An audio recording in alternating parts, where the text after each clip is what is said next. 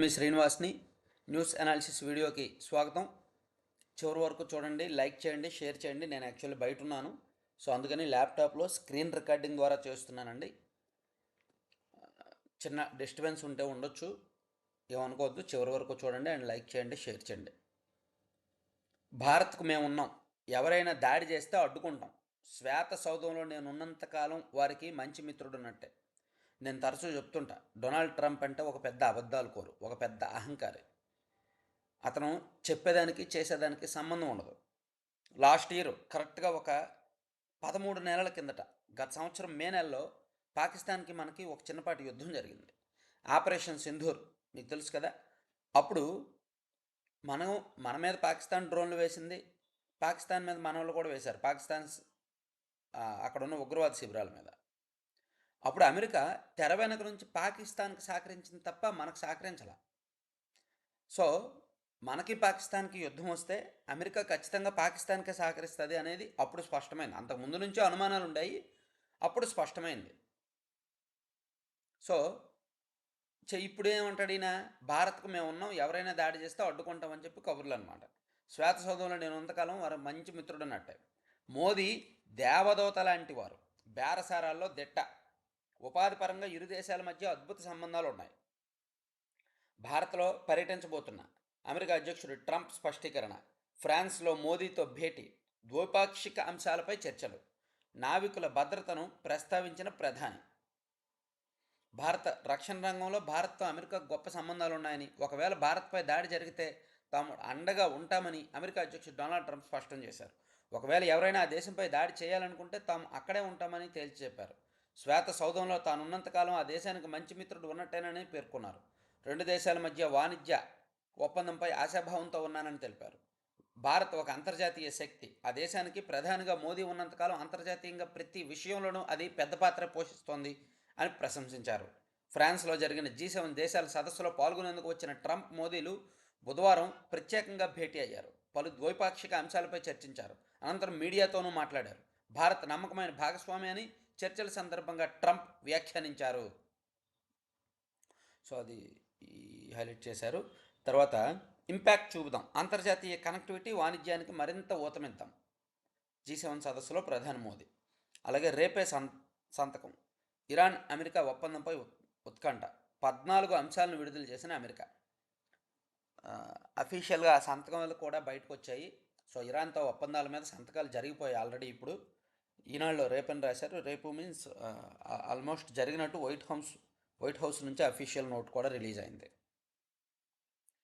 ఇక ఇండో తీసేసి మ్యాప్ మార్చి భారత్కు షాక్ ఇచ్చిన అమెరికా. చెప్పేది ఒకటి చేసేది ఒకటి, ఇలాగే ఉంటాయి. ఇక సంజీవిని యోగా అనుసంధానం, ఇంటింటికి యోగా థీమ్తో అంతర్జాతీయ యోగా దినోత్సవం, సమీక్షలో ముఖ్యమంత్రి చంద్రబాబు. సో సంజీవిని కార్యక్రమంతో యోగాను అనుసంధానం చేసి రాష్ట్రంలో ప్రతి ఇంటికి తీసుకెళ్లాలని, ఇంటింటికి యోగా ప్రధాన థీమ్గా ఏడాది పాటు కార్యాచరణ ప్రణాళిక రూపొందించాలని ముఖ్యమంత్రి చంద్రబాబు సూచించారు. వివిధ ఆరోగ్య సమస్యలు, దీర్ఘకాలిక వ్యాధులతో బాధపడుతున్న వారి కోసం ప్రత్యేక థెరప్యూటిక్ యోగా కార్యక్రమాన్ని అమలు చేయాలని ఆదేశించారు. సో 21వ తేదీన అంతర్జాతీయ యోగా దినోత్సవం ఉంది కదా. సో మనకు మామూలుగానే ప్రధాని మోదీ గారికి యోగా అంటే ఇష్టం కాబట్టి, సో ఆయన్ని ప్రసన్నం చేసుకోవాలంటే యోగాని చెయ్యాలి కాబట్టి బీభత్సంగా, లాస్ట్ ఇయర్ బీభత్సంగా చేసాం, 100 కోట్లు ఖర్చు పెట్టాం. ఈ సంవత్సరం కూడా ఆల్రెడీ పూసుకుంటున్నాం, ఒక వారం రోజుల నుంచి హడావిడి చేస్తున్నాం. సో రాష్ట్రంలో 1.33 లక్షల సెంటర్లలో యోగా డే, 1 కోటి దాటిన రిజిస్ట్రేషన్లు. 21వ తేదీల్లో బాబా రామ్దేవ్తో కలిసి హాజరు కానున్న సీఎం. యోగా డే నిర్వహణకు సంబంధించి అవన్నీ. ఇక ఇవే అంశాలు ఆల్మోస్ట్ ఆంధ్రజ్యోతిలో కూడా ఇచ్చారు. ఇదిగోండి, అండగా ఉంటాం, మోదీ ప్రధానిగా ఉన్నంతకాలం భారత్కు సాయం చేస్తాం, ఎవరైనా దాడి చేస్తే సాయంగా వస్తాం. మోదీ అందంగా దేవదూతలా ఉంటారు, కానీ ఆయన గొప్ప కఠిన వాణిజ్య చర్చాకర్త. ఈయన మోదీని పొగిడాడు, వాణిజ్య చర్చాకర్త అన్నాడు అంటే ఆయన వాణిజ్యంలో ఈయనతో కాంప్రమైజ్ అయిపోతాడని.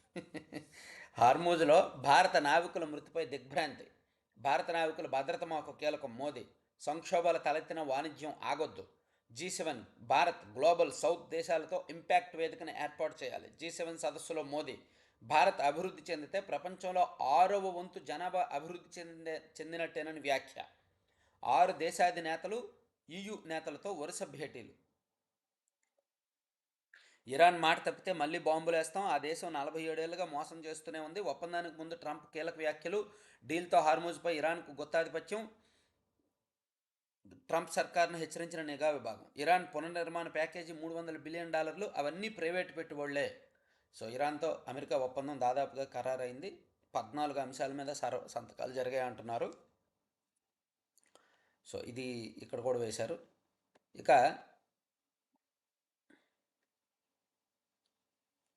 ఈనాడులో రాయలేదు కానీ సాక్షి అండ్ ఆంధ్రజ్యోతిలో హైలైట్ చేశారు. ఈ సాయి కృష్ణ కేసు ఉంది కదా, అది కొంచెం సీరియస్ కేసే. మన ఛానల్లో నిన్న వీడియో కూడా చేసాం. నిన్న రాత్రి పోలీసుల క్రూరత్వం అని ఒక వీడియో చేసాం, కావాలంటే చూడొచ్చు. ఎందుకంటే పాశవికమైన దాడి, అది చాలా దారుణమైన విషయమే.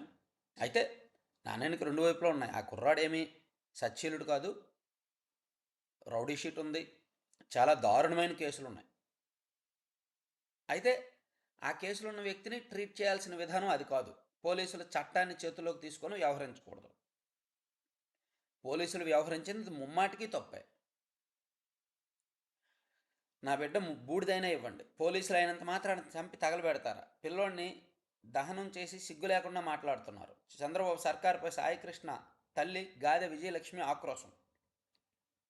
మాఫియా డాన్ కూలీకి పనిచేస్తాడా? సాయికృష్ణ మేనమామ. జనసేన విజయవాడ తూర్పు ఇన్ఛార్జి 50 లక్షలు ఇస్తామని వచ్చాడు. ముల్లపూడి నవరంగ్. నా బిడ్డ ఉంటే చూపించండి, లేదంటే బూడిదైనా ఇవ్వండి. సిఐ నాగరాజు నా కుమారుణ్ణి హెచ్చరించాడు, ఫోటో తీయించి దండేసుకో అన్నాడు. చివరికి కనిపించకుండా చేశాడు. నా కుమారుడిని కొట్టి పోలీస్ స్టేషన్లో బాత్రూంలో పడేశారు. స్టేషన్లో చంపేసి 2 పోలీసులు బైక్ తీసుకువెళ్ళి దహనం చేశారు అంటూ సాయికృష్ణ తల్లి గాదె విజయలక్ష్మి కన్నీళ్లు పెట్టుకుంది. సో బాసు, బిగ్ బాసే సూత్రధారులు, పోలీసు అధికారులు పాత్రధారులే. సాయికృష్ణ కనుమరుగు వెనుక పక్కా కుట్ర. తొలి ఎత్తుకొచ్చిన 2 మహిళా అధికారుల టాస్క్ ఫోర్సు. చిత్రహింసలు పెట్టిన నేరం ఒప్పించలేక సిఐకి అప్పగింత. 3rd డిగ్రీ తట్టుకోలేక చనిపోయిన యువకుడు. ఆ తర్వాత పోలీస్ బాస్, బిగ్ బాస్ భరోసాతో మృతదేహం మాయం. ఇప్పుడిప్పుడే వీడుతున్న అసలు గుట్టు. మసిపూసి మారేటిగా చేసేందుకు పోలీసు పెద్దల పన్నాగమని ఒక పెద్ద వార్త రాశారు. అలాగే సిబిఐతో విచారణ జరిపించాలని అంబటి రాంబాబు గారు, వైసీపీ నాయకులు డిమాండ్ చేశారు. అదొకటి. అలాగే రౌడీ షీటర్ అయితే చంపేస్తారో, పోలీసులే ఇచ్చేస్తే ఇంకా చట్టం ఎందుకు, కోర్టులు ఎందుకు? కాపు యువకుడు సాయికృష్ణ కేసుపై సిబిఐ లేదా సిట్టింగ్ జడ్జితో విచారణ జరిపించాలని పేర్నాని గారు మాట్లాడారు. రేపమాప జగన్మోహన్ రెడ్డి గారు ప్రెస్ మీట్ పెడతారు. ప్రెస్ మీట్ పెట్టి ఈ అంశాన్ని చెప్తూ కాపుల గురించి వరుసపెట్టి చెప్తారు. కాపులను అలా చేశారు, ఇలా చేశారు, ఇలా చేశారు, అలా చేశారు అని మొత్తం అన్నీ చెప్పుకొస్తారు. కాపు సామాజిక వర్గానికి ఈ ప్రభుత్వం పట్ల వ్యతిరేకత వచ్చేలా కొన్ని ప్రయత్నాలు చేస్తారు. సో దాన్ని ఆంధ్రజ్యోతిలోనేమో సీఎం సీరియస్, సాయికృష్ణ అదృశ్యంపై సీఎం సీరియస్. సింగపూర్ నుంచి రాగానే ఉప ముఖ్యమంత్రి సిఎస్ డీజీపీ నిఘా చీఫ్ కమిషనర్తో భేటీ. సిఐ నాగరాజును వీఆర్కు పంపమన్న డీజీపీ తక్షణం సస్పెండ్ చేయాలని ఆదేశం. సీనియర్ ఐపీఎస్తో విచారణకు ఆదేశం. దర్యాప్తు అధికారిగా రాజమండ్రి ఎస్పీ. సాయికృష్ణ సిఐ ఒకే కులం వారు, అయినా ప్రభుత్వంపై బురజల్లేందుకు ప్రతి విషయానికి కులం రంగు. ఇలాంటి శక్తుల పట్ల కఠినంగా వ్యవహరించాలని నిర్ణయం. అది కరెక్ట్. సిఐ నాగరాజు కూడా అదే సామాజిక వర్గం, కాపు సామాజిక వర్గమే. కాబట్టి దీనికి సామాజిక వర్గానికి సంబంధం లేదు. సాయికృష్ణపై 22 కేసులు, రౌడీ షీటు. గత డిసెంబర్లో స్నేహితుడిని చంపి జగ్గయ్యపేట ఆసుపత్రిలో పడేసిన వైనం. అరెస్ట్ చేసి జైలుకు పంపిన పోలీసులు. బెయిల్పై వచ్చాక మార్కాపురం పైనం. అక్కడి నుంచి కృష్ణలంక పోలీసులే తీసుకొచ్చి ఇచ్చేశారంటున్న తల్లి. హైకోర్టులో హెబియస్ కార్పస్ పిటిషన్. ఆచూకీ కోసం 10 బృందాలు ఏర్పాటు చేశామన్న పోలీస్ కమిషనర్. కోర్టు విచారణ ఈ నెల 29కు వాయిదా. సో అతని మీద కేసులు ఉన్నాయి, రౌడీ షీట్ ఉంది, చాలా తీవ్రమైన కేసులు ఉన్నాయి. కానీ పోలీసులు ఇలా వ్యవహరించకూడదనేది ఒక వాదన అన్నమాట. సో ఇది సాయికృష్ణకు సంబంధించిన అంశం. ఇక నిన్న పవన్ కళ్యాణ్ గారు వరంగల్ హన్మకొండలోని చిన్నారి ఇంటికి వెళ్ళారు. చిన్నారి నిరంజన్ పవన్ కళ్యాణ్ గారి అభిమానం అనమాట. జన్యు వ్యాధితో బాధపడుతూ పవన్ కళ్యాణ్ గారితో మాట్లాడాలి, పవన్ కళ్యాణ్ గారితో ఫోటో దిగాలని తన కోరుకుంటే పవన్ కళ్యాణ్ గారు వెళ్ళి ఆ బాలుడితో మాట్లాడి ఫోటో దిగి ఆ కుటుంబ సభ్యులతో కాసేపు ఇంటరాక్ట్ అయ్యి సాయం చేశారు.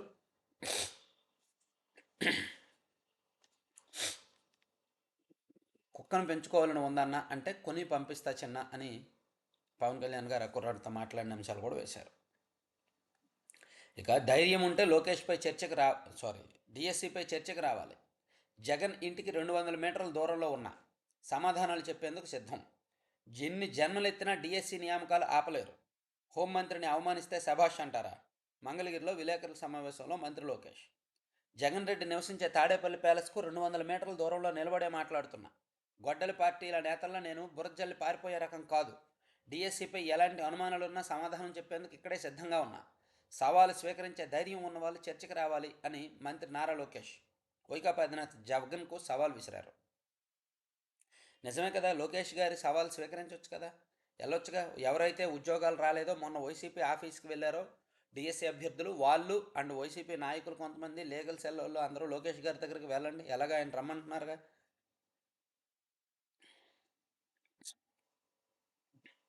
ఇక ఎల్ నినోను ఎదుర్కొనేలా పంటల సాగు, జిల్లాల వారీగా ప్రణాళికలు రూపొందించిన ఆంగ్రూ శాస్త్రవేత్తలు.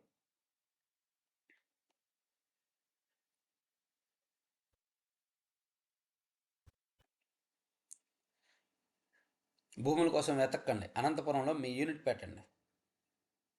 క్షితిజ్ ఖండేవాల్ పోస్టుపై మంత్రి లోకేష్ స్పందన. బెంగళూరు శివార్లో ఉపగ్రహాలు తయారు చేసే యూనిట్ని ఏర్పాటు చేయడానికి భూమి సంపాదించడం కంటే ఉపగ్రహాలు తయారు చేయడమే చాలా సులువని అనిపిస్తోందని పిక్సెల్ వ్యవస్థాపకుడు క్షితిజ్ ఖండేవాల్ ఎక్స్లో పోస్ట్ చేసిన పోస్టుకు మంత్రి లోకేష్ స్పందించారు. బెంగళూరు శివార్లోనే అంత కొత్త ఇన్వెస్టర్ ఫ్రెండ్లీ ప్రదేశం ఉంది, దాన్ని అనంతపురం అంటారు.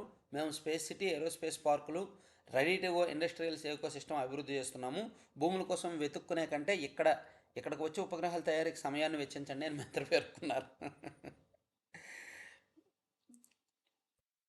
దివ్యాంగ విద్యార్థులకు ప్రశస్త్ యాప్ ద్వారా స్క్రీనింగ్ ఎస్పీడి.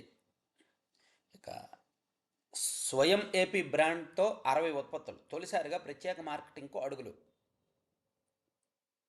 ఆగస్టు నుంచి మార్కెట్లోకి డ్వాక్రా ఉత్పత్తులు. అమెజాన్, ఫ్లిప్కార్ట్, ఓఎన్డీసీలతో ఒప్పందాలు. ఎన్నాళ్ళు ఊరుకో 200లకు పరిమితమైన పచ్చళ్ళు, కారం పళ్ళు, అగరబత్తీలు తదితర డ్వాక్రా మహిళల ఉత్పత్తుల విక్రయాలు రాష్ట్రం సరిహద్దులు దాటి దేశ విదేశాలకు విస్తరించనున్నాయి. డ్వాక్రా చరిత్రలో తొలిసారిగా స్వయం ఏపీ బ్రాండ్ పేరుతో ప్రభుత్వమే వీటిని మార్కెటింగ్ చేయనుంది. ప్యాకింగ్ నుంచి ప్రమోషన్ వరకు అన్నింట్లోనూ చేయూతిస్తోంది. తొలుత పట్టణ